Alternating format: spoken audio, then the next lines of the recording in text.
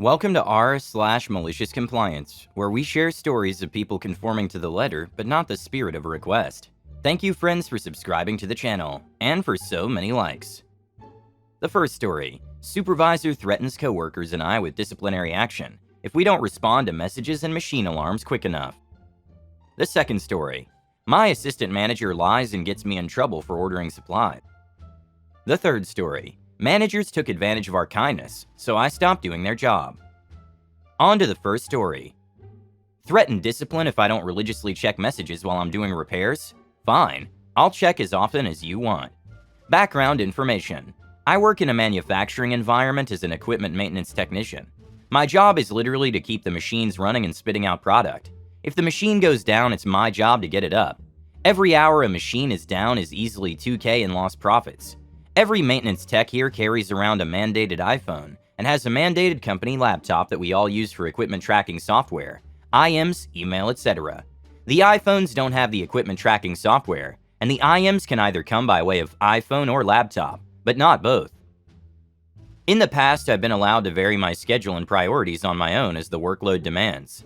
If a lot of machines are broken and in bad ways, I don't get a lunch. If they're running good, I get a really long break in lunch. Usually I get less of a break than I'm allowed because of the number of machines I take care of. This story: today my supervisor pulled my coworkers and I into a meeting and chewed us all out for not paying close enough attention to the software we use to track up and down time on our machines, as well as not responding in a timely enough manner to IM messages. Also, we were all taking too long for lunches, and combining breaks and lunches is against company policy. We are to follow the company policy of a lunch and 1 or 2 break times, combined with a maximum time in one 12-hour shift. Also, we're to have a maximum IM response time of 15 minutes, as well as any machine that goes down we are to promptly respond and note in the equipment tracking software what the issue is, even if we have higher priorities. The meeting did not go well. My coworkers and I kept bringing up the obvious lack of logic in requiring all this while we're also expected to fix equipment, along with bringing up, though my supervisor did the job for 8 years before becoming supervisor, the fact that when you're fixing a piece of equipment, you often have to literally crawl inside the machine, and it's unreasonable to crawl out before the fix is completed. Supervisor is having none of it, keeps implying that the tracking software shows we're just sitting on our A's ignoring machines. The meeting ends in a huff. Nobody is really pleased with anything that's going on.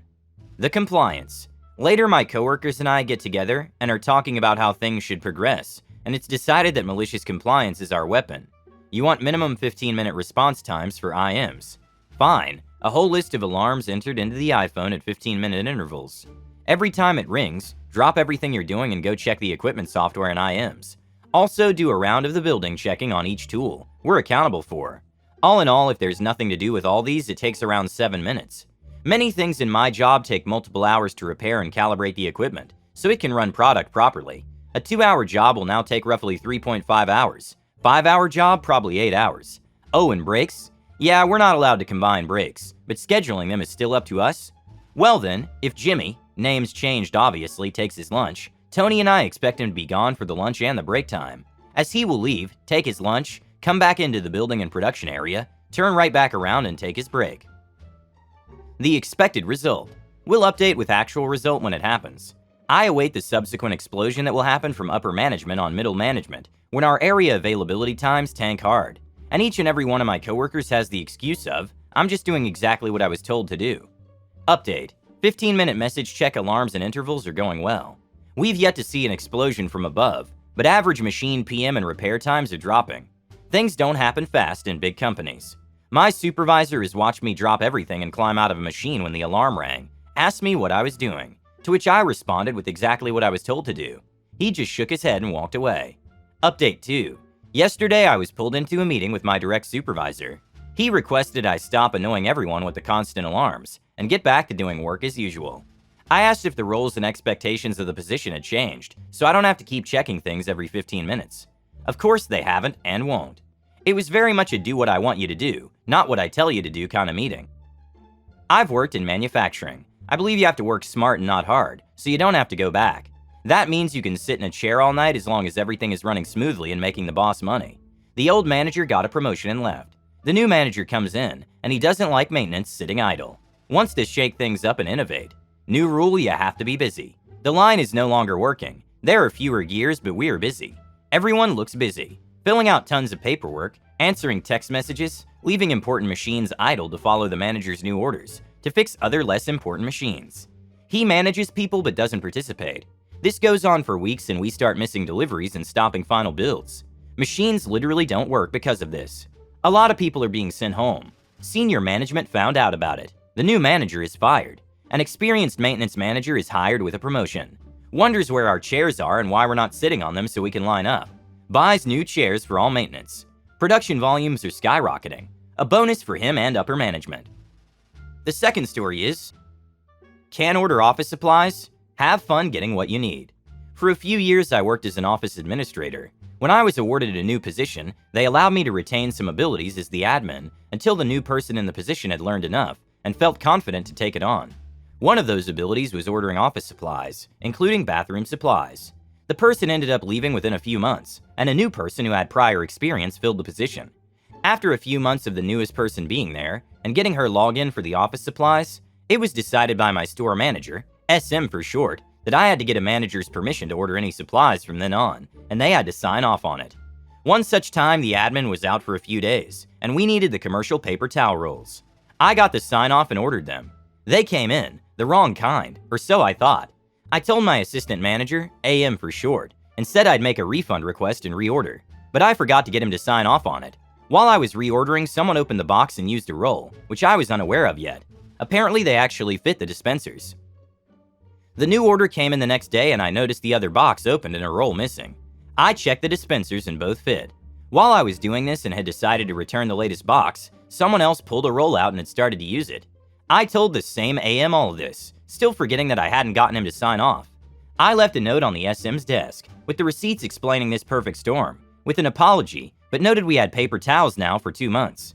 When my SM saw this, he called me into his office and asked about the second receipt and why I didn't get a sign-off.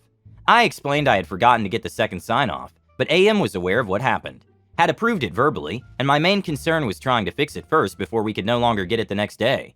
By then, I had forgotten to get the sign-off. When the AM was asked about it, he claimed he had no knowledge of this. To this day, I have no idea why he did that other than to be a jerk. I was called into the office and asked about it in AM's presence. I went through the events, but he looked me dead in the eye and flat out lied that I never told him this. I was written up, and my access was revoked, of which AM was made aware.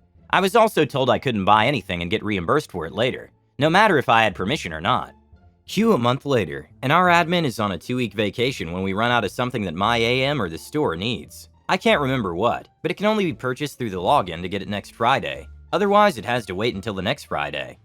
AM comes to me while I'm in the presence of coworkers and says, "Hey, I need you to order this thing." With my best innocent and fake apologetic face on, I look him dead in the face and say, "Oh, I'm sorry, AM. I no longer have access to that because I didn't get permission last time. We won't be able to get any more until next week Friday." He says for me to just run up to the store and go get a similar item in the meantime, and he'll sign off on it for reimbursement. And again I say, "I'm sorry, AM. I'm no longer allowed to do that either." My coworker asks me what that was all about, so I told them. Apparently I'm not the only one this sort of thing had happened to. They all enjoyed the result. It was recommended that I add some more details, the afterward, to make it a little more satisfying. I was written up more so because my SM thought I lied about telling my AM, than that I had ordered another supply of paper towels without a sign-off, though that was also part of it. The write-up lasted only 3 months, and it was simply a note saying I didn't follow SOP for ordering, despite being told more than once to get a sign-off. Within a year after this, others decided to speak up more and more often about this AM. He basically got himself fired, not for lying, but for being sophomoric, SP towards a female underling. The final straw, I guess. He had been with the company, that store, for about 15 years, and had a reputation among the regular staff for acting like a teenager and inciting drama between coworkers, even though he's in his 50s. He had somehow always managed to not get caught as the instigator.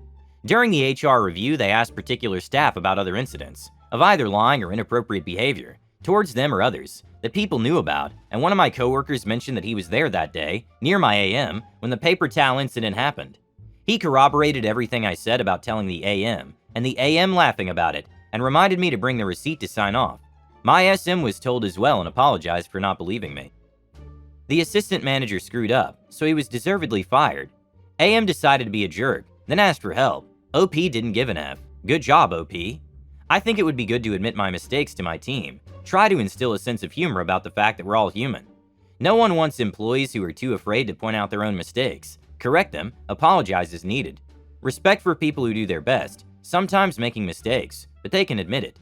We had a situation in our office and ended up having a colleague quit on the spot because of this kind of nonsense. This story: the manager went on vacation for 2 weeks. We ran out of an important stock. I do not remember what. A colleague ordered some. One of the manager's minions called him on vacation and told him that unauthorized purchases, etc. had occurred. The manager called the colleague to blast him. The colleague quit. The cost of the unauthorized purchase was about $25. But I'm glad this dude values himself and left this SH behind. The last story is, sorry, I'm not a courier. I work for a large shipping company in Canada. I work early in the morning loading trucks, but as needed would go out and deliver packages. At first it was here and there, but it soon became normal that after my regular scheduled shift I would go out and deliver. This wasn't a requirement of my job. I was basically doing it as a favor, because it looks really bad on the managers to have packages go undelivered, and I thought it would look good on me. I did this for a few years without any issue. One winter, one of the drivers at a different depot slipped and hurt himself while out delivering. This caused a new initiative to force all drivers to wear super slip-proof boots that have glass embedded in them. These run about $250. All the drivers receive vouchers that would cover the cost, because they're requirements of doing the job.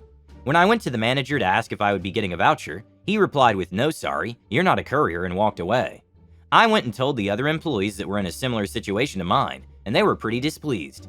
The next day, as usual after my shift, the manager started telling me the things I would be delivering that day. I waited for him to finish, and responded with "Sorry, I'm not a courier." He looked very confused, like he didn't remember our conversation from the day before. So I explained that I wasn't going to go out delivering, because I wouldn't have the proper safety equipment. He said, "If you just work a few extra shifts, then you can afford to buy the boots yourself." I was actually stunned and I didn't know what to say, so we just stared at each other for a minute. I eventually replied, sorta laughing because of how ridiculous this is. "So you want me to work without the safety equipment you made mandatory until I can afford to buy it for myself?" He scoffed at me like a 14-year-old girl and walked away without an answer. A few others followed suit, and when the managers asked them to go out delivering after their shifts, they replied with "Sorry, I'm not a courier." After all was said and done, they had so many leftover packages. A few companies started dropping contracts, which directly affects the managers' end-of-year bonuses. They ended up having to give promotion to a lot of the workers that were doing double work for half the pay, to cover all the backlog. So we all ended up getting paid more to do less, and best of all, we finally got our safety boots. I've learned one rule: work hard, build a reputation for doing what's necessary, but don't allow yourself to be abused. When you do more, then more is expected of you, and of course it'll be taken advantage of. It also means that the company hasn't hired enough drivers, because they just expect you guys to do it. Stand up for your rights. Thank you for watching. Don't forget to subscribe.